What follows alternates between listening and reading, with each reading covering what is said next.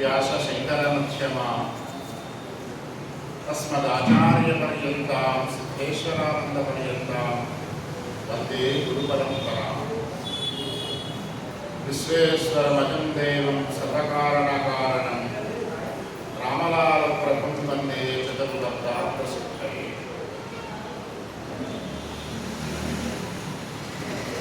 जयत्यतिवरो रामो लक्ष्मणस्य महाबलः राजा जयति सुग्रीवो राघवेणाभिपालितः दासोऽहं कौसलेन्द्रस्य रामस्याक्लिष्टकर्मणः हनुमान् शत्रुसैन्यानां निहन्ता मारुतात्मजः न रावणसहस्रं मे युद्धे प्रतिबद्धवे शिलाभिस्तु प्रहरतः पादवैश्च सहस्रशः अर्थयित्वां पुरीं लङ्कामभिवाद्य च मैथिली समृद्धार्थो भविष्यामि विशतां सर्वराक्षसाम् आञ्जनेयं महावीरं ब्रह्मविष्णुशिवात्मकं बालार्कसदृशाभासं रामदूतं नमाम्यहम्।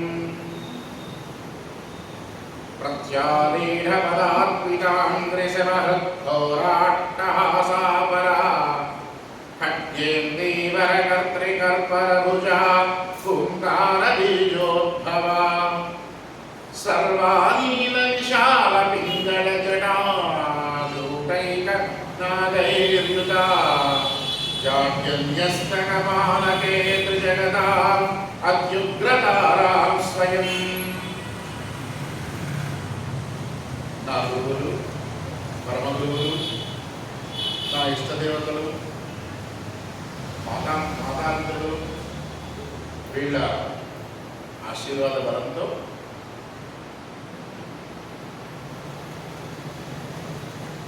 ఈ ఏర్పాటు చేసినటువంటి మహానుభావులైన వ్యక్తులు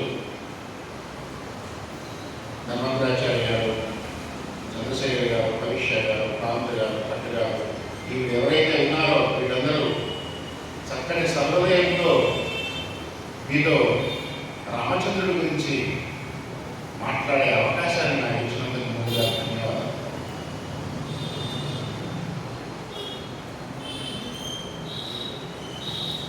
ఇంతకుముందు సభా ప్రారంభంలో ధర్మేంద్రాచార్య గారు మాట్లాడుతూ ఇవి చిన్న అడ్వర్టైజర్ ఇచ్చి శక్రసూత్రంగా భోజనం పెడతామన్నారు. అడ్వర్టైజర్ సామాన్యంగా ఏమీ లేదు, చాలా ప్రామాణికంగా ఉంటుంది. ఎందుకంటే వారిలో వైష్ణవ తేజస్సు తరతరాలుగా దృఢీకృతమై ఉంది. ఆ వైష్ణవ తేజస్సు మాట్లాడించింది ఇందాక. సంతోషం, బాగుంది. కానీ ఒక చిన్న ఇబ్బంది ఏంటంటే మహతికి నేను నిలయధ్వంసుగా మారిపోయానేమో అని అనుమానం వస్తుంది. ఈ క్రమంలో ఈ రెండు ఎక్కేస్తే చాలా బాగుంటుందని అనుకుంటున్నాను. కుర్చీ ఒకటి నుంచి షాలు దండాలు ఎక్కేసేయండి. సభా మర్యాద కోసం ఒక పువ్వు అక్కడ పెట్టండి అంతే. ఆ స్థానంలో మాట్లాడే సత్సంగం చేసే వ్యక్తికి పుష్ప సమర్పణ సభా మర్యాద ఒక పువ్వు అక్కడ పెట్టండి అను ప్రసాదంగా. షాలోలో దండా ఈ కార్యక్రమం దయచేసి అది డిస్కంటిన్యూ చేయమని సరళంగా అర్థిస్తున్నాను. ఇకపోతే ఈ రోజున ప్రపంచమంతా రాముడి గురించి మాట్లాడే స్థితిలో రాముడి గురించి మాట్లాడుతున్నాము. ప్రపంచమంతా రాముడు ఎవరు, రాముడు అంటే ఏంటి అని తల తిప్పి చూస్తున్నటువంటి స్థితిలో ఆ యుగంలో మనం ఉన్నాం. చాలా కీలకమైన దశలో ఉన్నాం. మనం చాలా అదృష్టవంతులం, చాలా అంటే చాలా అదృష్టవంతులం. ఎందుకంటే ఎందుకు అదృష్టవంతులు అంటున్నామో చెప్పి అసలు విషయం నాకు చెప్తాను. నేను ఏ దేశంలోనూ ఏ ధర్మంలోనూ వాళ్ళ చారిత్రక పురుషులు లేదా ఆరాధ్య దేవతలుగా భావించబడేవాడు, వాళ్ళ మత ప్రవర్తకులుగా చెప్పబడేవాడు, వాడు పుట్టినటువంటి స్థానంలో వాళ్ళ ప్రార్థనా మందిరాలు విధ్వంసం జరిగితే వాళ్ళకి స్వాతంత్రం వచ్చిన మరుక్షణం ఆ జాతి వాటిని పునర్నిర్మించుకొని తన పౌరుషాన్ని చాటి ప్రపంచానికి ప్రతి జాతి, ఒక్క హిందూ జాతి తప్ప. మనకి మాత్రం మన ఆదర్శ పురుషుడు, మర్యాద పురుషోత్తముడు, మన జాతికి జీవనం లాంటి రామచంద్రుడి యొక్క ఆలయాన్ని పునర్నిర్మించడానికి 500 సంవత్సరాలు 5 లక్షల మంది ఆత్మాహుతి కావాల్సి వచ్చింది. అయినా ధర్మస్య జయోస్తు, ధర్మం జయించింది, సత్యం జయించింది. ఇలాంటి యుగంలో రాబోయే ఒక 2000 సంవత్సరాల వరకు ఒక హిందూ వైభవం జగజ్జయమానంగా వెలగబోతున్నటువంటి దశలో మనం ఉన్నాం. ఎన్నో ఉత్తాన పతనాలు చూశాం మనం. రాముడి వారసులమైన మనం, రాముడి రక్తం మనలో ప్రవహిస్తుంది. రోమ రోమమున రాముడి శౌర్యం ప్రవహించేటట్లు చేసింది ఈ జాతి. అయినా ఈ జాతిలో రాముడు తిట్టేవాళ్ళు ఉన్నారు, రామ దూషణ చేస్తున్నటువంటి వాళ్ళు ఉన్నారు. విశ్వనాథ వారి కల్పవృక్షం రాస్తే ఒక ధూర్తురాల విషవృక్షం రాసింది. దాన్ని కూడా మనం చూసాము. చార్వాకుల్ని కూడా మనం అంగీకరించాం, నాస్తికవాదాన్ని. డైరెక్ట్ గా జావాలి లాంటి వాళ్ళు అయితే రాముడితో నాస్తికవాదం పెట్టుకున్నారు. అసలు పరలోకం అనేది లేదు, ఈ భూమి మీద ఉండగానే సుఖించాలి, ఈ శరీరంతోనే సుఖపడాలి. నువ్వు ధర్మం ధర్మం పట్టుకుని వేలాడతావేంటి? ఆయన పెద్ద ఆయన అయిపోయి ఏదో మాట్లాడితే అవి వరాలిస్తే ఆ వరాలు పట్టుకుని నువ్వు చేస్తావా అని నాస్తికవాదం డైరెక్ట్ గా రామచంద్రుడితోనే వాదించాడు జావాలి లాంటి. దాన్ని కూడా మనం విన్నాం.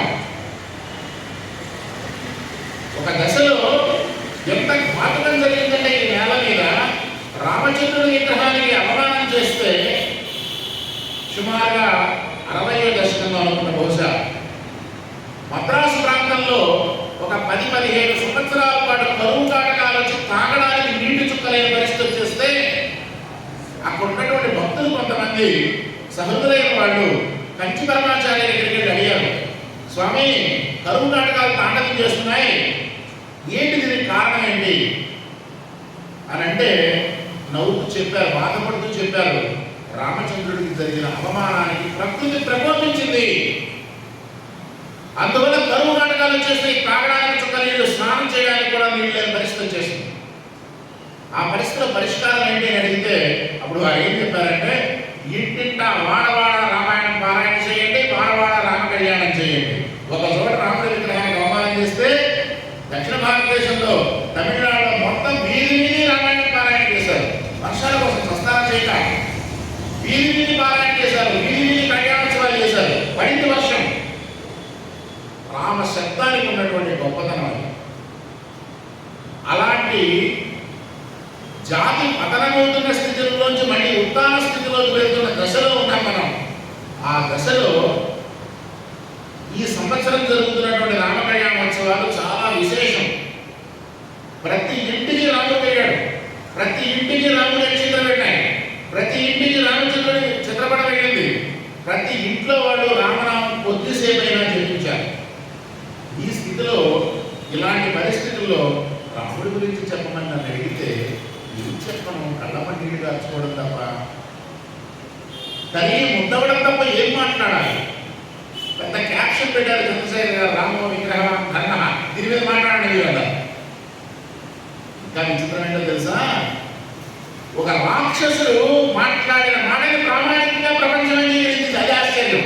ఈ రామ విగ్రహం ధర్మ అనేది వాల్మీకి కాదు, జనకుడు దశరథ మహారాజు వీడు కాదు, వాల్మీకి స్వయంగా చెప్పరా, మారీచుడు అన్నాడు ఆ మాట. రాముడు ధర్మస్వరూపుడయా, ధర్మం మూర్తి భవించి నిలబెడితే రాముడు అవుతాడు, ఆయన జోలికి అడగని చెప్పాడు.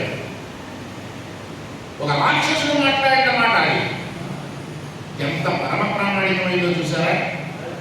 అంటే చెడ్డవాడు మాట్లాడినా సత్యం సత్యమే. అలాంటి రామో విగ్రహం ధర్మ అనే విషయం మీద మాట్లాడమని పిలిచాను. అని నాకేమనిపించింది అంటే, ఏమంటే నాకు ఎందుకో మీరు చెప్పేది ఒక క్రమంలో రాముడి గురించి జనరల్గా ఉపన్యాసాల్లో, చాలా ఉపన్యాసాల్లో రకరకాల విషయాల మీద మాట్లాడాం. దైవ ఉపాసన గురించి మాట్లాడాం.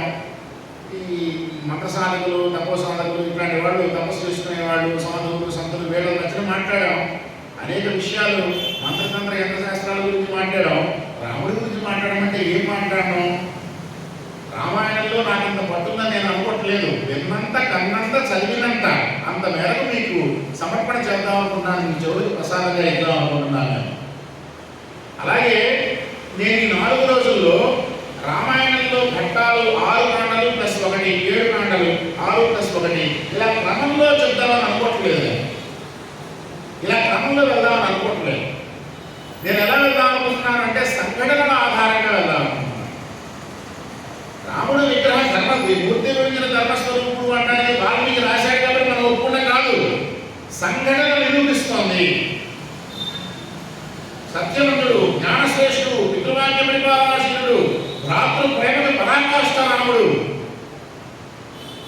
ఈ విషయాలన్నీ చెప్పడానికి సంఘటనలే ఆధారం. ఈ సంఘటన జరిగింది కాబట్టి ఈ గుణం కరెక్ట్ అని చెప్పుకోవచ్చు. అలాంటి సంఘటనల సమాహారాన్ని దండగా మార్చి ఆంజనేయుడి వద్ద నిర్ణయించుకున్నాను. ఇంకొక మంత్రశాస్త్ర రహస్యమైన విషయం చాలా మందికి తెలిసిందే. అదేంటంటే ఎక్కడెక్కడ రాముడి గురించి చర్చ జరుగుతుందో, ఎత్ర ఎత్ర రఘునాథ కీర్తనం తత్ర తత్ర కృతమస్తకాంజలి బాష్పవారి పరిపూర్ణలోచనం మారుతి నమద రాక్షసాంతకం. రాక్షసాంతకుడైన ఆంజనేయుడు చూడండి, వర్ణన. రాక్షసాంతకుడైన ఆంజనేయుడు, హరివీర భయంకరుడు, ఏకాంత రుద్రస్వరూపుడైన ఆంజనేయుడు, బాష్పవారి పరిపూర్ణలోచనం.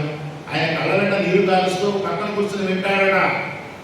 ఎక్కడెక్కడ రామచరిత్ర పారాయణ జరుగుతుందో అన్ని చోట్ల ఉంటాడు ఆంజనేయుడు. కాబట్టి ఈ సభా మండపంలో కూడా ఏదో జరుగుతుందో ఎక్కడో ఒక చోట ఆంజనేయుడు నచ్చి ఉన్నాడు. అందుకే ఈ వ్యవస్థ రామ పట్టాభిషేకానికి సంబంధించినటువంటి మూర్తిని పెట్టడం, దీపారాధన, చివరిలో ఆయనకి హనుమత్ సమేత శ్రీ సీతారామచంద్ర స్వామికి ఆరాధన. ఇది ఈ 4 రోజుల్ని మనం ఉపాసనగా మార్చేసుకున్నాం. రామనామం నిరంతరం చేద్దాం. ప్రత్యేకమైన సంఖ్య లేకుండా రామ రామ రామ రామ రామ శ్రీరామ్ జయ రామ జయ రామ నిరంతరంగా అహోరాత్రులు 3 రోజులు చేయండి. నమ్ముతారా లేదన్న మాట. 3 రోజులు ఏదైనా మంత్రాన్ని ఉపాసన లేకపోయినా సరే అహోరాత్రులు చేస్తే ఖచ్చితంగా జరగాల్సి జరుగుతుంది. అందులో అనుమానమే. అహోరాత్రులు చేయాలి. కాకపోతే నిద్రలో కూడా అదే చెప్పించాలి. ఇది ఒక మంత్రశాస్త్ర రహస్యం. ప్రయత్నం చేయగలిగిన వాడు హీరోత్వములు ఎవరన్నా చేయొచ్చు. సంతోషం. ఇందాక పెద్దలు మాట్లాడుతూ నారద మహర్షి ప్రచోదనంతో వాల్మీకి రామాయణం రాయడం గురించి దాని గురించి మాట్లాడుతూ వచ్చారు. దానికి కొంచెం పూర్వరంగం ఉంది. కొంచెం పూర్వరంగం ఏంటంటే, సరే మనందరికీ తెలిసిందే, పోయేవాడు, దాని దోపిడీ దొంగ, భార్య పిల్లల్ని పోషిస్తున్నాడు, దోపిడీలు చేస్తున్నాడు. ఈ అదృష్టం పట్టింది. కాలంకరణం కలిసి వచ్చి సప్తఋషులు వెళ్తున్నారు. సప్తఋషులు వెళ్తుంటే వాళ్ళు కూడా అడ్డగించాడు ఈ పోయేవాడు. ఈ పోయేవాడి కథ ఏంటి అనేది, వీడి పేరేంటి, ఈ కథ ఏంటి అనేది చాలా కథనాలు ఉన్నాయి. ఇదే కాదండి, రామాయణానికి సంబంధించి అనేక రకాల రామాయణాలు ఉన్నాయి. అనేక రకాల రామాయణాలు అనేక భాషల్లో. వాల్మీకి రామాయణంతో ప్రారంభించి కొన్ని 100 రామాయణాలు వచ్చినాయి. వేల సంఖ్యలో రామాయణంలో వ్యాఖ్యలు వచ్చినాయి, వ్యాఖ్యానాలు వచ్చినాయి. చాలా ప్రామాణికంగా రాసిన వాళ్ళు ఉన్నారు, చాలా పెద్దలు వాళ్ళు ఉన్నారు, మామూలు వ్యక్తులు లేరు. అలా అంత ప్రామాణికంగా వ్యాఖ్యానం చేయబడినటువంటి రామాయణంలో కొన్ని విచిత్రమైన సంఘటనలు ఒకదాంట్లో ఉంటే ఒకదాంట్లో లేకుండా ఉన్నట్టు కూడా ఉన్నాయి. మీరు గమనిస్తే వాల్మీకి రామాయణంలో లేని అనేక అంశాలు ఇతర రామాయణాల్లో కనిపిస్తాయి. వాల్మీకి రామాయణంలో లేని అనేక అంశాలు పురాణాల్లో కనిపిస్తాయి. స్కాంద పురాణం, వాయు పురాణం, పద్మ పురాణం, వీటిల్లో కూడా రామచంద్రుడికి సంబంధించినటువంటి రామ ఆయనం, రాముడి యొక్క నడక గురించి ఉంది, రాముడు సంచరించడం గురించి ఉంది, రాముడు చేసిన వ్రత విధానాల గురించి ఉంది, రాముడు దేవతోపాసన చేసిన రహస్యాలు ఉన్నాయి. దేనికదే ప్రమాణం. అన్ని ప్రమాణమే. ఏది ప్రమాణం కాదు? వాల్మీకి రామాయణం ఎంత ప్రమాణమో కవయిత్రి మొల్ల కళ్ళు పుస్తకం ధ్యానం చేస్తూ రాసిన రామాయణం కూడా అంతే ప్రమాణం నా దృష్టిలో. వాల్మీకి రామాయణం ఎంత ప్రమాణమో చెప్పినటువంటి అష్టాదశ పురాణాల్లో చెప్పిన స్నాత వాయు పద్మ పురాణాల్లో చెప్పినటువంటి రామచరిత్రం కూడా ప్రమాణమే. కాబట్టి ఎక్కడెక్కడ ఏది మనకి స్ఫూర్తిదాయకంగా ఉందో అక్కడక్కడ ఆ సంఘటనలు చెప్పుకుంటూ వెళ్దాం. వాల్మీకి రామాయణానికి స్టిక్ అనకుండా, బట్ వాల్మీకి రామాయణం అనేది పరమ ప్రామాణికం, అందులో సమస్య లేదు. అది కానీ పరమ ప్రామాణికం. దాన్ని ఆధారంగా చేసుకుని మిగతా చోట్ల మనం సంచరించాలి రాముడి వెనకాల. ఈ వాల్మీకి సంబంధించినటువంటి కథ కూడా రకరకాల కథలు చెప్పారు. ఈయన బ్రాహ్మణోత్తముడని, రత్నాకరుడని, బోయవాడని రకరకాలుగా చెప్పారు. ఏదేమైనప్పటికీ కూడా మహాత్ముల యొక్క గత జీవితాల గురించి ఎక్కువ పరిశీలించకూడదు. ఊరిని స్పృశించి వదిలేయాలి. మహాత్ముడే వ్యక్తి ఒక వ్యక్తి కనిపించాడు అనుకోండి, మీరు ఆయన పట్టుకుని అంతరాంతరాశం చేయకూడదు. వీడు ఎక్కడ పుట్టాడు, వీడు అమ్మ అన్నాయండి, వీడు ఏ కులము, ఏ వృత్తి చేశాడు, ఇవన్నీ పనికిమాల విషయం. ఆయన మహానుభావుడికి ఎక్కువ అయిన తర్వాత మహానుభావుడు అంతే. దేశకాలమాన జాతి పరిస్థితులు వర్తించే వారికి వాళ్ళు ఈ విషయంలో కూడా అంతే. ఆయన రత్నాకరుడనే, బోయవాడ, బ్రాహ్మణోత్తముడు ఇదంతా పక్కన పెట్టండి. దోపిడీలకి, దారి దోపిడీలకి, దురలవాడికి అలవాటు పడ్డాడు, అంతవరకు ఖాయం. చివరికి సప్తఋషులు కూడా అక్కడి నుంచి డబ్బు దోచుకున్నారని సిద్ధపడ్డారు. ఋషుల దగ్గర ఏముంటుంది, దండక మండలాలను ఇవి తప్ప ఋషుల దగ్గర ఏముంటుంది. సప్తఋషులు మౌనంగా చూస్తున్నారు. ఏమిటి వీడి గత జన్మ ఏంటి, వీడి భవిష్యత్తు ఏంటి, ఇవన్నీ చూస్తున్నారు. చూస్తుంటే అందులో ఒక మహర్షి మాత్రం ముందుకు వచ్చి మాట్లాడారు. ఆయన అత్రి మహర్షి. అత్రి మహర్షి మాట్లాడారు. అత్రి మహర్షి అంటే సామాన్యుడు కాదు. అత్రి మహర్షి అంటే సామాన్యుడు కాదు. అగ్నిస్వరూపుడు ఆయన, నడుస్తున్న తపస్సు ఆయన. సర్వం భస్మం చేయగలిగినటువంటి, అగ్నితో పునీతం చేయగలిగినటువంటి వాడు ఆయన అత్రి మహర్షి. సాక్షాత్ దత్తాత్రేయుడు జన్మనిచ్చిన మహానుభావుడు ఆయన. ఆ అత్రి మహర్షి ఏం చేశారంటే ఇతనికి ప్రచోదనం చేశారు. ఒరే బాబు, ఒక ఆలోచన చేశారు, ఒక అపటైజర్ ఇచ్చారు. ఏమనంటే, ఒరే బాబు, నువ్వు డబ్బు సంపాదిస్తున్నా బాగానే ఉంది, ద్రవ్యం వల్ల, ధర్మదోషంతో కూడినటువంటి ద్రవ్యాన్ని సంపాదించడం వల్ల నీకు దోషం అందుకుంది, ఎందుకు చేస్తున్నావు ఈ పని, తప్పదా అని అడిగారు. వాడన్నాడు, వాడు ధర్మసూత్రం చెప్పాడు, నా భార్యాపిల్లలను పోషించడం నా ధర్మం, అందుకు చేస్తున్నాను. కరెక్టే, భార్యాపిల్లలను పోషించడానికి ధర్మబద్ధంగా తెచ్చుకోవాలి కదా, నేను ఎట్లా చేసినా సరే ఆయన పోషించడం నా పని అన్నాడు. కొంచెం ఆలోచన రేకెత్తించాడు అత్రి మహర్షి. నువ్వు మరి ఈ చేస్తున్న పాపంలో డబ్బులో వాటా తీసుకుంటున్నారు, పాపంలో వాటా తీసుకుంటారా? దాని మనం పట్టాడు. వెళ్ళి కలుపుతామన్నారు. ఇంటికి వెళ్ళారు. ఇంటికి వెళ్తే ఆ లాభం చూస్తోంది. ఏం తీసుకొచ్చావని అడిగింది. కొత్త చేతితో ఊపుకుంటూ వచ్చాడు. ఏంటి ఎవరు దొరకలేదా ఉంది. దొరికారు, ఋషీశ్వరులు దొరికారు, వాళ్ళతో మాట్లాడాను అన్నాడు. ఋషీశ్వరులతో మాట్లాడితే నీకు నాకు ఏమొస్తుంది, కాలు నిండుతుందా, కడుపు నిండుతుందా? సాధువులతో సొంతంతో మాట్లాడితే నువ్వు ఏం దొంగతనం చేసుకొచ్చావో చెప్పు, ఏం కొట్టుకొచ్చావో చెప్పు అని అడిగింది. అది సరే, నాకు ఈ చిన్న అనుమానం ఉంది, ఇది తీర్చుకునే తర్వాత నేను ఏం తెచ్చానో నీకు చెప్తా అన్నాడు. తెచ్చాను, చాలా విలువైంది తెచ్చాను, నేనేం తెచ్చానో ఆ బహుమానం నీకు చెప్తాను అన్నాడు. అంటే ఆవిడంది తిరుగుమానంగా మాట్లాడింది. నీ డబ్బు నాకు కావాలి కానీ నీ పాపంతో నాకేం పని, మమ్మల్ని పోషించడం నీ ధర్మం, నువ్వు ఎలా సంపాదించాలో నిర్ణయించుకోవడం నీ విచక్షణ. విచక్షణ లేకుండా సంపాదిస్తే ఆ పాపం నీది. మేము డబ్బులో వాడా తీసుకున్నా కానీ పాపంలో వాడా తీసుకొని తిరుగుమానంగా చెప్పేసినారు. స్త్రీకి ఉన్నాయి అడ్వాంటేజ్. పురుషుడు చేస్తున్నటువంటి పాపంలో ఆవిడ మాట పొరపాటు రాదు, కానీ పురుషుడు చేసే సాధనలో మాత్రం మాట వస్తుంది. పురుషుడు పుణ్యాత్ముడైతే సగం అయిపోతుంది ట్రాన్స్ఫర్. మన వాళ్ళు బటన్లోకి నవ్వుతారు చూడండి, బటన్లోకి నవ్వుతారే అలా దేవుడు కూడా బటన్లోకి చిరునవ్వు చిందిస్తాడు. ట్రాన్స్ఫర్ 50%. సంతోషం, ఎందుకంటే వాడు పోషిస్తుంది, అవన్నీ వంటమండి, ఈ శరీరం అంతా నిలబెట్టడానికి ఆహారం అందిస్తుంది, ఎంతో సహాయపడుతుంది. కాబట్టి 50% ఇవ్వడం తప్పులేదు. కానీ పాపం పెడలే, అది బాధపడ్డాడు. బాధపడి మళ్ళీ వచ్చాడు వెనక్కి. ఇక్కడే కూర్చున్నారు వాళ్ళు ఋషులు. అయ్యా వాటా తీసుకొని ఉందండి, చాలా స్పష్టంగా చెప్పింది అన్నాడు. నువ్వేమన్నావు అన్నాడు. నేను ఏం చేయాలి నాకు అర్థం కాలేదండి, ఏం చేయాలా అని చెప్పి ఒక మంత్రాన్ని ఉపదేశించారు. ఏ మంత్రం తెలుసా? శివపంచాక్షరి మంత్రం చెప్పారు. ఇది ప్రామాణికమైన విషయమే. శివపంచాక్షరి మంత్రం చెప్పారు, రామమంత్రం కాదు. శివపంచాక్షరి మంత్రం చెప్పారు. ఎక్కడ చేశాడు తపస్సు? చిత్రకూటు వెళ్ళి అక్కడ తపస్సు చేశాడు.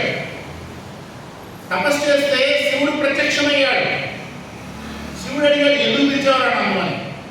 ఏమనంటే వాడు ఆ మంత్రం చేయమన్నారు, చేశారు. మీరు వస్తారని కూడా నాకు తెలియదు, నన్ను ఏం చేయమన్నారు మీరే చెప్పండి అన్నాడు. నందీశివుడు రాముడి గురించి రాయన ఆయన ఎవరండి? నీకు అర్థమవుతుంది, వాళ్ళ చోట నీకు మళ్ళీ నమస్తే అది చెప్పేవాడు, నీకు వస్తారు అని అంటే మళ్ళీ వెనక్కి వచ్చి ఘనకారణ్యంలో ఒక చోట ఆశ్రమం కట్టుకుని మళ్ళీ అక్కడ తపస్సు చేయడం మొదలు. శివుడు కనిపించడం ఏంటి, రాముడి గురించి చెప్పడం ఏంటి? ఇలాంటి సందర్భం మనకి ఇంకోటి కూడా కనిపిస్తుంది. గుర్తొచ్చిందో లేదు, ఏంటంటే అది బోధన భాగవతం రాశాడు. గుర్తుందా? బోధన భాగవతం రాశాడు. భాగవతం రాస్తే భాగవతం రాయని ప్రజలను ఎవరు చేశారంటే పోతుంది. చాలా విచిత్రమైన పరిస్థితి. బోధన స్వయంగా రాస్తున్నాడు, నేను మహేశ్వర ధ్యానంతో చేయవేళ శివారాధన చేస్తున్నాడు. ఎదురుకుండా నీలిరంగు విగ్రహం పూర్తి దీర్ఘకాయుడైన అజాలు అప్పుడైన ఒక వ్యక్తి ధనుర్బాణాలు ధరించి ఉంచుతున్నాడు. ఇది అర్థం కదా, నువ్వు ఎవరయ్యా అని అడిగాడు. అహం దశరథాత్మజ అన్నాడు. నేను రామచంద్రుడిని నా గురించి రాయని అడిగాడు. బోధన రాస్తున్నాడండి ఈ మాట. మహేశ్వర ధ్యానం చేస్తుంటే రాముడు దర్శనం ఇచ్చాడు. అలాగే వాల్మీకి శివధ్యానం చేస్తుంటే శివుడు కనిపించి రాముడి గురించి రాయమన్నాడు. సరే వచ్చి తపస్సు మొదలెట్టాడు. మళ్ళీ మొదలు పెడితే ఇప్పుడు నిజమైన గురువు నారద మహర్షి వచ్చారు. నారద మహర్షి దగ్గర ఆయనకి పిలిచి అప్పటికి కొంత జ్ఞానోదయం అయింది. వాళ్ళని జ్ఞానోదయం అయింది. నేను ఏం చేయాలి, నా జీవిత లక్ష్యం ఏంటి అని అడిగాడు.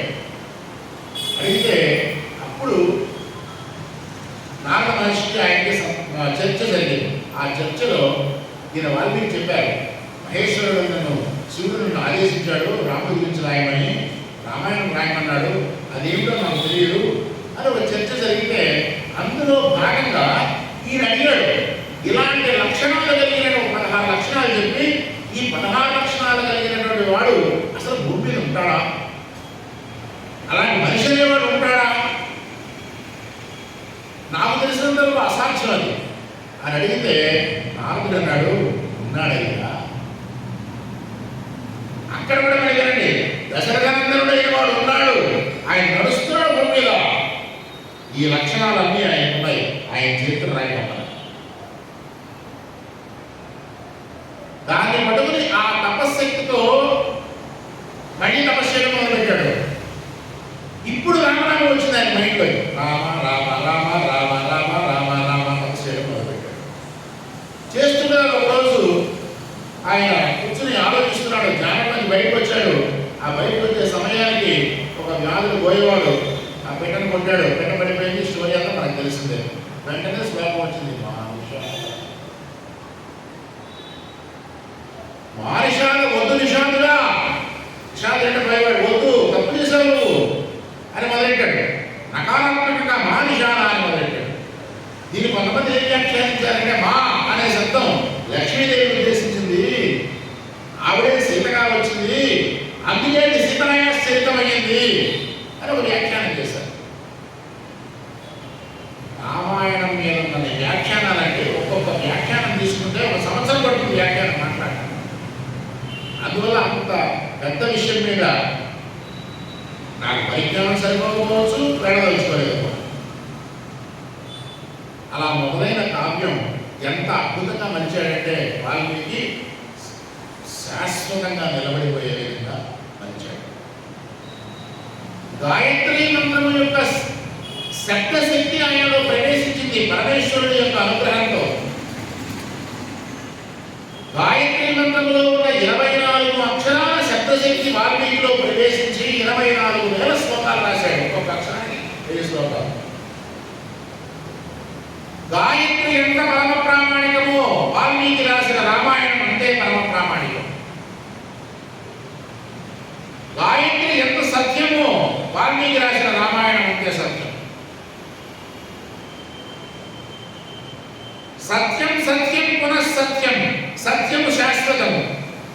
అందుకే రామాయణము దీనికి రకరకాల పేర్లు చెప్పారు. ఇలా పెద్దలు చెప్పారే, సీతాయాశ్చరితం, సీతాయాశ్చరితం, పౌరస్యవధ, ఇవన్నీ ఉన్నాయి. ఇంకొక పేరు కూడా ఉంది దీనికి, జయం అని పేరు. ఈ జయం అనే పేరుతో అంతరిక్షంలో రామాయణం జరుగుతుంది. ఎప్పుడు 3 కాలాల్లో.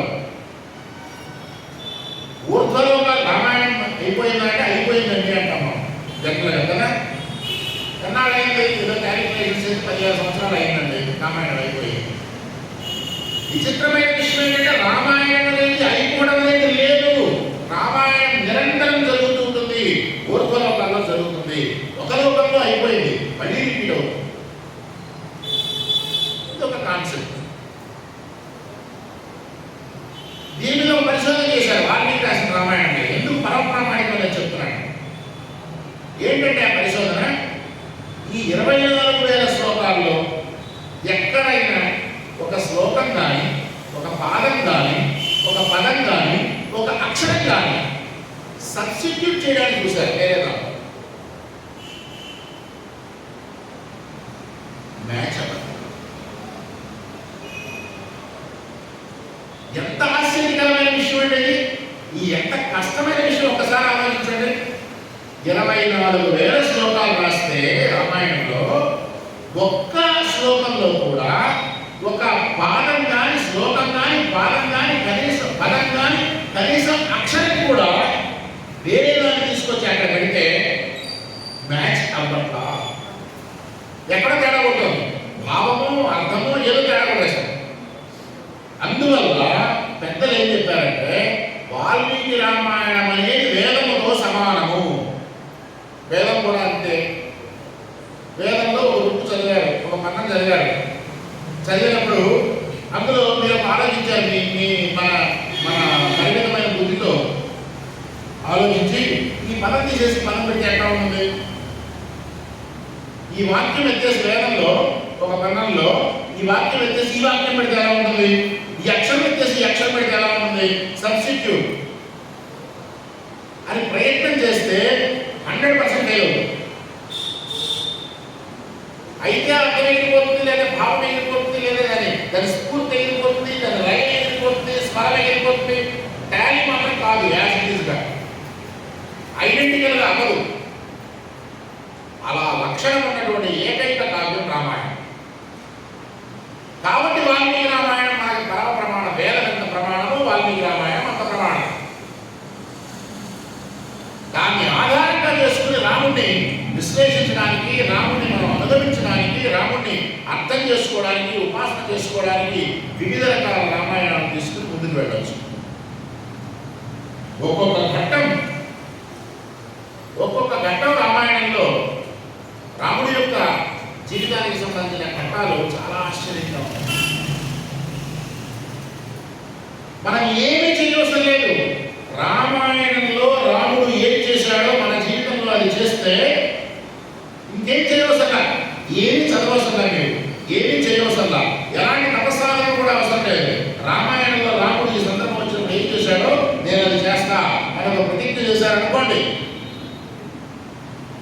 ఎలాంటి ప్రయత్నం, ఎలాంటి ప్రమేయం, ఎలాంటి సాధన లేకుండానే మీరు మోక్షాలు పొందుతారు. మీరు ఉత్కృష్టమైన వ్యక్తులైపోతారు. కృష్ణుడు చెప్పాడు కదా, యత్యమాచరతి శ్రేష్ఠ తత్తదేవే కరోజన స్వయం ప్రమాణం కొరికే లోకస్తుతం వర్తతే. ఒక ప్రామాణికమైన వ్యక్తి, శ్రేష్ఠుడైన వ్యక్తి ఒకటి ఆచరిస్తే సమాజం మొత్తం ఆచరిస్తుంది అని అలా రాముడు చేసి చూపించాడు. ఇలా ఉన్నాడు మీరు సమాజంలో. రాముడు చేసింది చేయాలి. సత్యసాయి బాబా గారు ఒక ఉపన్యాసం అన్నారు, రాముడు చేసినట్టు చేయండి, కృష్ణుడు చెప్పినట్టు చేయండి, కృష్ణుడు చేసినట్టు చేయకండి. అంతర్గతంగా ఉంటాయి కృష్ణ లీలలు. కృష్ణుడు వెన తీసుకొచ్చాడు కదా, మనం వెన తీసుకురాకూడదు. గోపి నడిపించాడు కదా, మనం గోపి నడిపించకూడదు. కృష్ణుడు ఏం చెప్పాడో అది చేయాలి. ఏం చెప్పాడు? భగవద్గీత, అద్భుతమైన భగవద్గీత చెప్పాడు. అనేక రహస్యాలు చెప్పాడు. యోగాచార్యుడు అయ్యాడు. ఆయన చెప్పింది చేయండి, రాముడు చేసింది చేయండి. మనకు డౌట్ వచ్చింది, ఖచ్చితంగా పుస్తకం పెట్టుకుని చూడండి, ఈ సందర్భంలో రాముడు ఏం చేశాడు, నేను అదే చేస్తాను అనుకోండి. మీరు ధర్మాకులు అయిపోతారు, తిరుగులేదు. ఈ ఉదాహరణలు, ఈ సంఘటనలే మన ఈ 4 రోజుల ప్రోగ్రాం. అసలు మొదలు పెట్టడమే 16 ఏళ్ల వయసున్న పిల్లాన్ని అడవులు పంపని అడిగాడు విశ్వామిత్రుడు వచ్చి. దశరథ మహారాజు, దశరథుడు సామాన్యుడా, ఆయన పేరు దశరథుడు. దీనికి రకరకాల అర్థాలు చెప్పారు పెద్దలు. 10 రథములను 10 దిక్కులా నడిపించగలిగిన వాడు ఏకకాలంలో. రథమును 10 దిక్కులా నడిపించగలిగిన వాడు. 8 దిక్కులు పైన పాతాళం. పంచ జ్ఞానేంద్రియాలు, పంచ కర్మేంద్రియాలని అదుపులో ఉంచి శరీరం అనే రథాన్ని తాళగలిగిన వాడు. ఇలాంటి ఎన్నో విశేషాలు చెప్పారు ఒక దశరథుడు అన్న పేరుకి. ఇలాంటి దశరథుడు విశ్వామిత్రుడు వచ్చి నీ అబ్బాయిని పంపించవయ్యా యాగలక్ష్మికి ఒక 10 రోజులు అని అడిగాడు. 10 days ప్రోగ్రామ్ పెట్టాడు, పర్సనాలిటీ డెవలప్మెంట్ ప్రోగ్రామ్. ఆ 10 days క్యాంప్ పెట్టాడు. ఆ క్యాంప్ పంపించు రాక్షసులు యజ్ఞం చేస్తుండేవాడు, మధ్య మాంసాలు పడేస్తున్నారు, పాడు చేస్తున్నారు రాక్షసులు అని అడిగారు. అడిగితే దశరథుడు ఏమనుకుంటాడని మనం అనుకుంటాం, ఏ తండ్రి అయినా 16 ఏళ్ల కొడుకుని అడవులు రాక్షసులతో యుద్ధం చేయడానికి పంపిస్తాడా? దశరథుడు కూడా పంపించరా, సారీ అని. ఇట్లా చెప్పకుండా ఆయన ఏమన్నారంటే, అయ్యా విశ్వామిత్రుడు కోపం వస్తుందేమో మరి భయం. విశ్వామిత్రుడు అంటే సామాన్యుడు కాదు కదా, తలుచుకుంటే ఎవరైనా స్వర్గానికి పంపించగలడు, పాతాళానికి పంపించగలడు, మధ్యలో ఆపగలడు, త్రిశంకు స్వర్గంలో పెట్టగలడు. మామూలు వ్యక్తిగా విశ్వామిత్రుడు.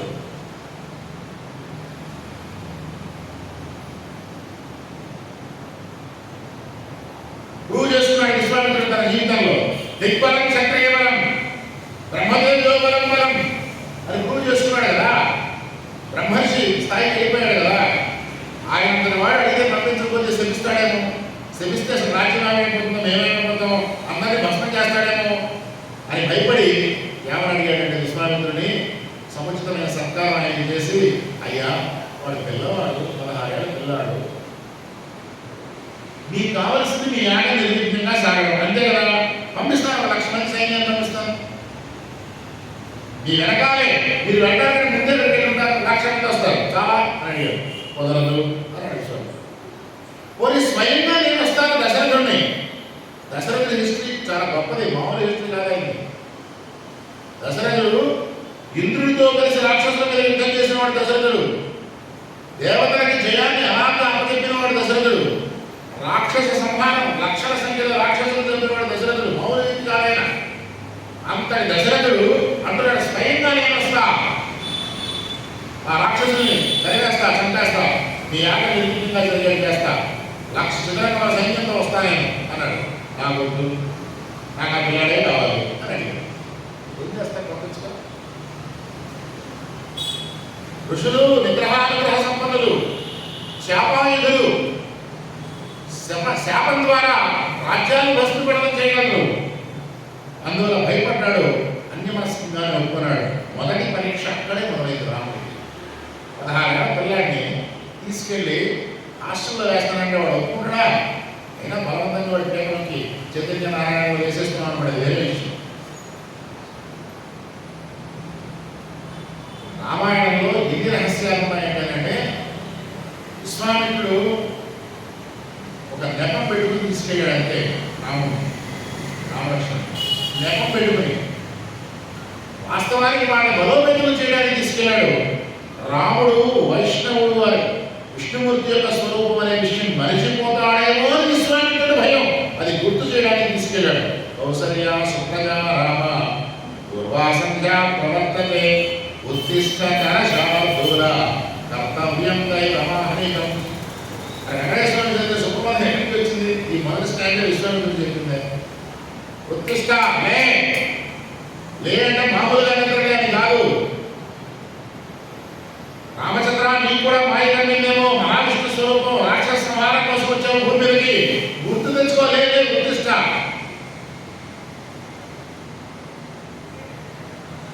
నరశార్దుల, నరులలో శార్దుల వంటి వాడ, కర్త కర్తవ్యం దైవమాహ్నికం. దేవతలు విధించిన కర్తవ్యాన్ని నిర్వహించడం కోసం నువ్వు ఇక్కడ భూమి మీదకి వచ్చావు.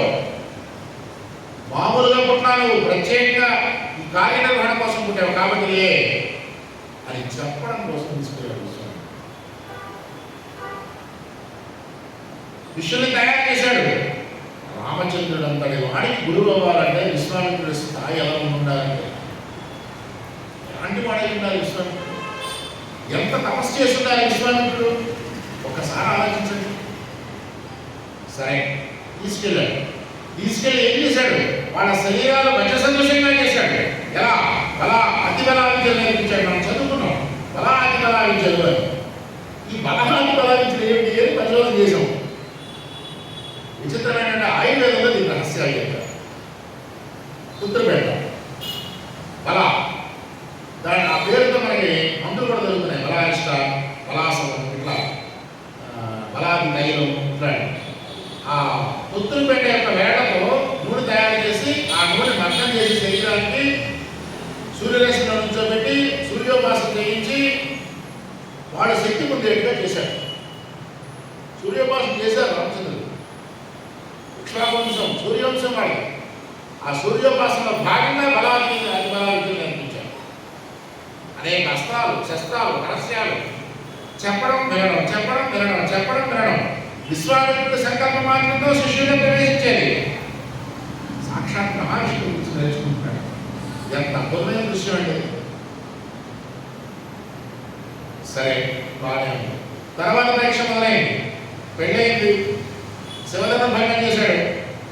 పరశురాముడిలో ఉన్నటువంటి దశావతారాల్లో అవతారమైనటువంటి పరశురాముడిలో ఉండే వైష్ణవ తేజస్సును లాగేసుకున్నాడు. శివధర్మ భంగం చేశాడు. సీతాదేవి వివాహం చేసుకున్నాడు. వచ్చాడు. అందరూ బాగానే ఉంది. ఇంకా అక్కడి నుంచి మొదలైంది.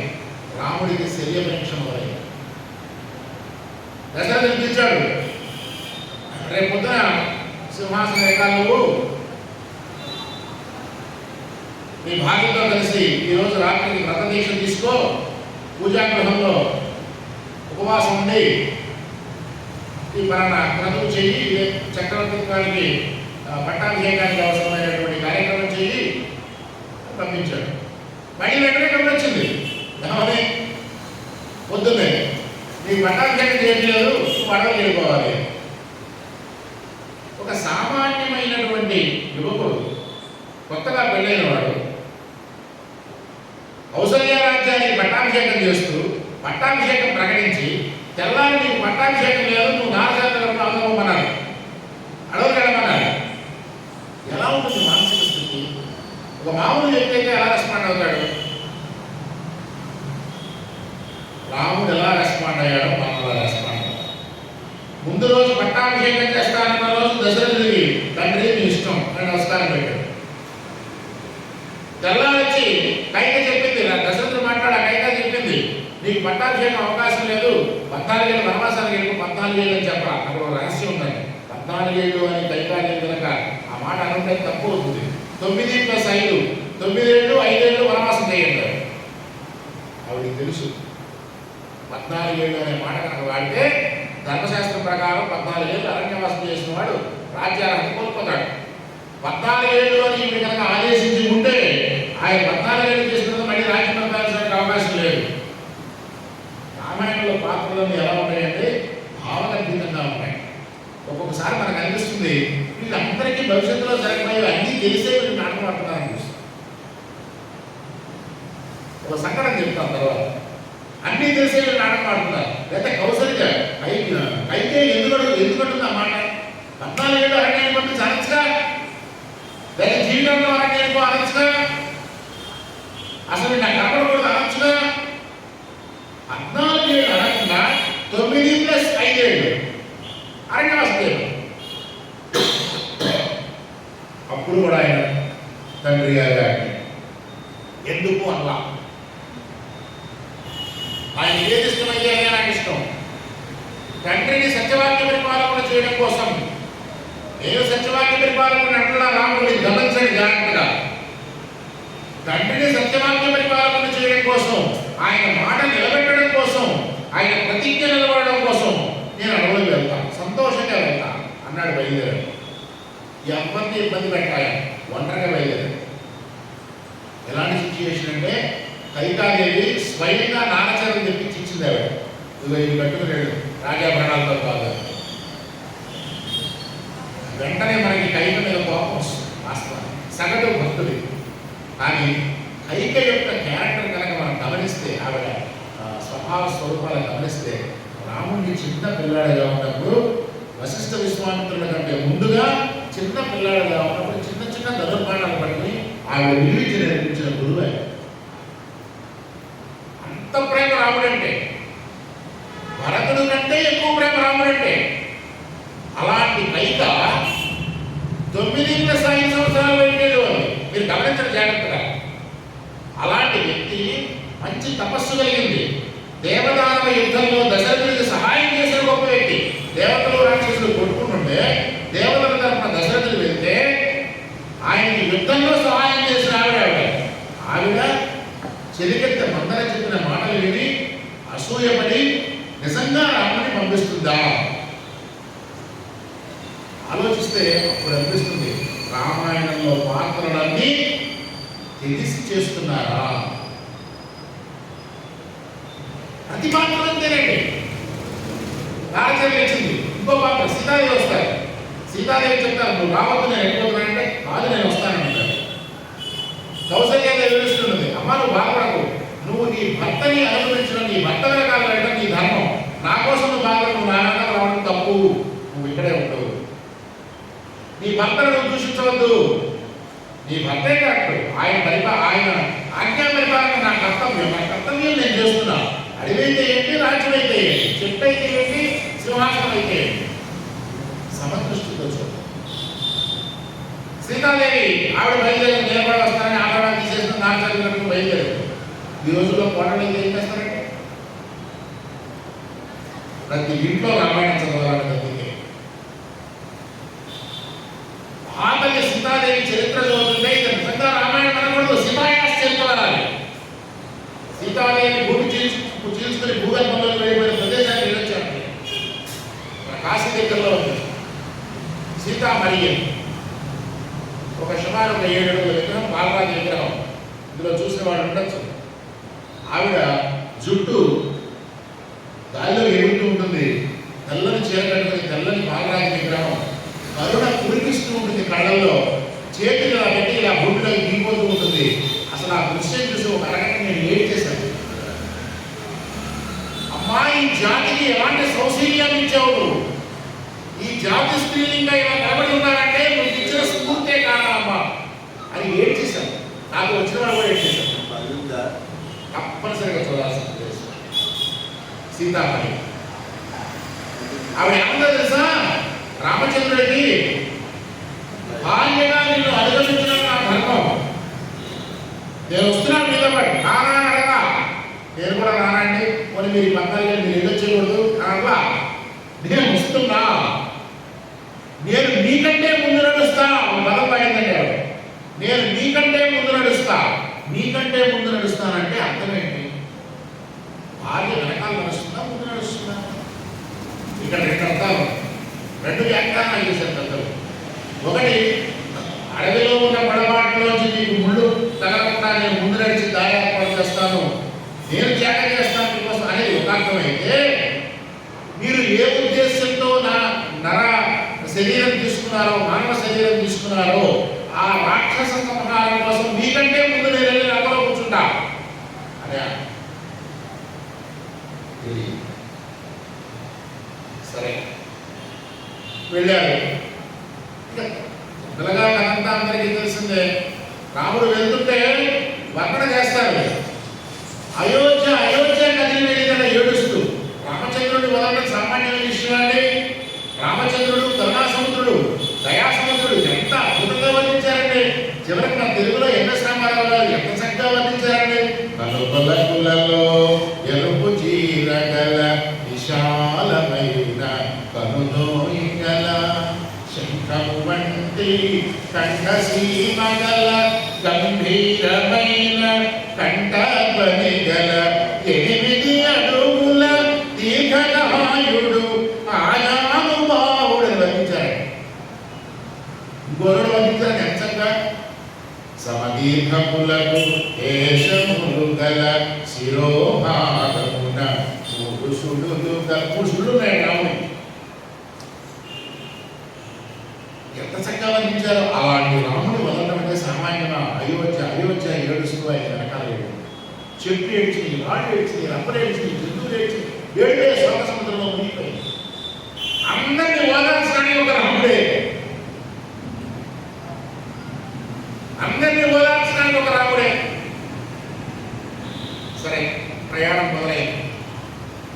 కొంత దూరం నడిచారు. భరద్వాజాశ్రమం, గుహుడు, ఈ సంఘటనలన్నీ జరిగినాయి. అహల్య, భరద్వాజాశ్రమం దగ్గర ఒక చిత్రమైన సంఘటన జరిగింది. జింక చనిపోతుంది అక్కడ. జింకకి దహన సంస్కారాలు చేస్తారు. ఆ భరద్వాజాశ్రమం ప్రదేశంగా చెప్పబడే ఒక ప్రాంతానికి నేను వెళ్ళొచ్చాను. అదేంటంటే వాస్తవానికి దీనికోసం వెళ్ళలేదు, అనుకోకుండా అక్కడికి వెళ్ళాను. వెస్ట్ బెంగాల్లో తారాపీఠం క్షేత్రం, తారాపీఠ్, తారాదేవి యొక్క ప్రధాన స్థానం. తారా శక్తిపీఠం. ఇందాక నేను చదివిన ధ్యాన శ్లోకాల్లో చివరి ధ్యాన శ్లోకం తారాదేవి ఉద్దేశించారు. తారాదేవి ధ్యాన శ్లోకాన్ని ఎందుకు చెప్పానో, తారాదేవి ఇప్పుడు చర్చ ఎందుకు చేస్తున్నానో చివరి రోజు 4వ రోజు చెప్తాను. ఎందుకు తారను ప్రముఖంగా తీసుకోవాల్సి వచ్చింది. అక్కడ భరద్వాజాశ్రమం ఉండేదని, అక్కడికి సీతారాములు వెళ్ళారని, అక్కడ జింక చనిపోతే దానికి దహన సంస్కారాలు చేసే అంత దయామయుడు. జింక దగ్గర వదిలేసినా చెత్త కుక్క మీద పెంచుకున్న కుక్కలు కూడా విసిరేస్తారు. వదిలేసినా ఎంత దయామయుడు, ఎంత దయ. దహన సంస్కారం చేశాడు జటాయువుకి. పక్షి, జంతువు అది ఇదని లేదు, అన్నిటి మీద దయే. రాముడు శత్రువుని దయతో చంపాడు అంటాడు వాల్మీకి చోట. దశరథ మహారాజు చనిపోయే విషయం తెలుస్తుంది, రోధిస్తాడు, మానవుడు లాగా ప్రవర్తించాడు. ఒక రోజున ఒక సంవత్సరం దశరథ మహారాజు తిరిగి వచ్చినప్పుడు రాముడు పిండ ప్రదానం చేస్తున్నాడు. అడవిలో ఉన్నాడు. సీతాదేవి పక్కన ఉంది, లక్ష్మణస్వామి గారి పక్కన పిండ ప్రదానం చేస్తున్నాడు. ఇది వాల్మీకంలో లేదు, వేరే రామాయణంలో. పిండ ప్రదానం చేస్తుంటే ఆ పిండం కాకవలి కాకి పెట్టడం కోసం పెడతాం కదా, కాకపిండమని అది పెడుతుంటే కాయ వచ్చి తీసుకెళ్తున్నాం చూస్తున్నారు. చూస్తుంటే ఆకాశంలోంచి బంగారు కంకణాలు, బంగారు ఉంగరాలు ధరించినటువంటి ఇంత వాళ్ళ చెయ్యి ముందుకు వచ్చింది. సీతాదేవి గుర్తుపడింది. వెంటనే చెంపు సవరించుకుంది సీతాదేవి. ఎందుకని? పుష్పసారానికి రామచంద్రుడితో, ప్రభు మామగారు వచ్చారు. దశరథ మహారాజు స్వర్గం నుంచి చెయ్యింట పెట్టాడు పిండం తీసుకోవడానికి. ఈ సంఘటన చెప్తారు. పెడితే రాముడు ఏం చేశాడు తెలుసా? మనమైతే ఏం చేస్తాం, అయ్యో మా నాన్న వచ్చాడు ఏం చేస్తాం. రాముడు ఏం చెప్పాడు తెలుసా? తండ్రి గారు, మీరు ఇలా రావడం ధర్మం కాదు, మీరు వాయుస్వరూపంలో రావాలి, వాయుస్వరూపంలో తీసుకెళ్ళండి, శాస్త్రం అదే చెప్తావు అని నమస్కరించాడు. క్షమించాడు. వెంటనే చెయ్యి వెనక్కి వెళ్ళింది, వాయుస్వరూపంలో వచ్చి పిండం తీసుకెళ్ళి. తండ్రి ఆజ్ఞని పరిపాలించడం కోసం రాజ్యాన్ని వదిలిపెట్టి అడవ పాలైన అదే రాముడు ధర్మం తప్పడు ఉండడానికి ఇంకొక సాక్షాత్తు విష్ణుమూర్తి యొక్క స్వరూపమైనప్పటికీ రాముడు ఏమి తెలియని వాళ్ళని నటించాడు. రాముడు చేసినంత నటనే నాకు అర్థమైంది. అది మనం ఏమనుకుంటామంటే కృష్ణుడు మంచి నటుడు, ఆయన మాయగాడు, ఆయన నటన చేస్తున్నాడు, ఆయన నమ్మకూడదు అంటారు. కృష్ణుడిని దర్జాగా నమ్మేయచ్చు. ఎందుకంటే మీరు మాయ చేస్తారని ఓపెన్గా చెప్పేశాడు. రాముడు చెప్పరా, మాయ చేశాడు. ఎక్కడ మాయ చేశాడు? అన్నీ తెలిసాడు, ఏమీ తెలియనట్టు నటించాడు. ఏమీ తెలియనట్టు నటించాడు.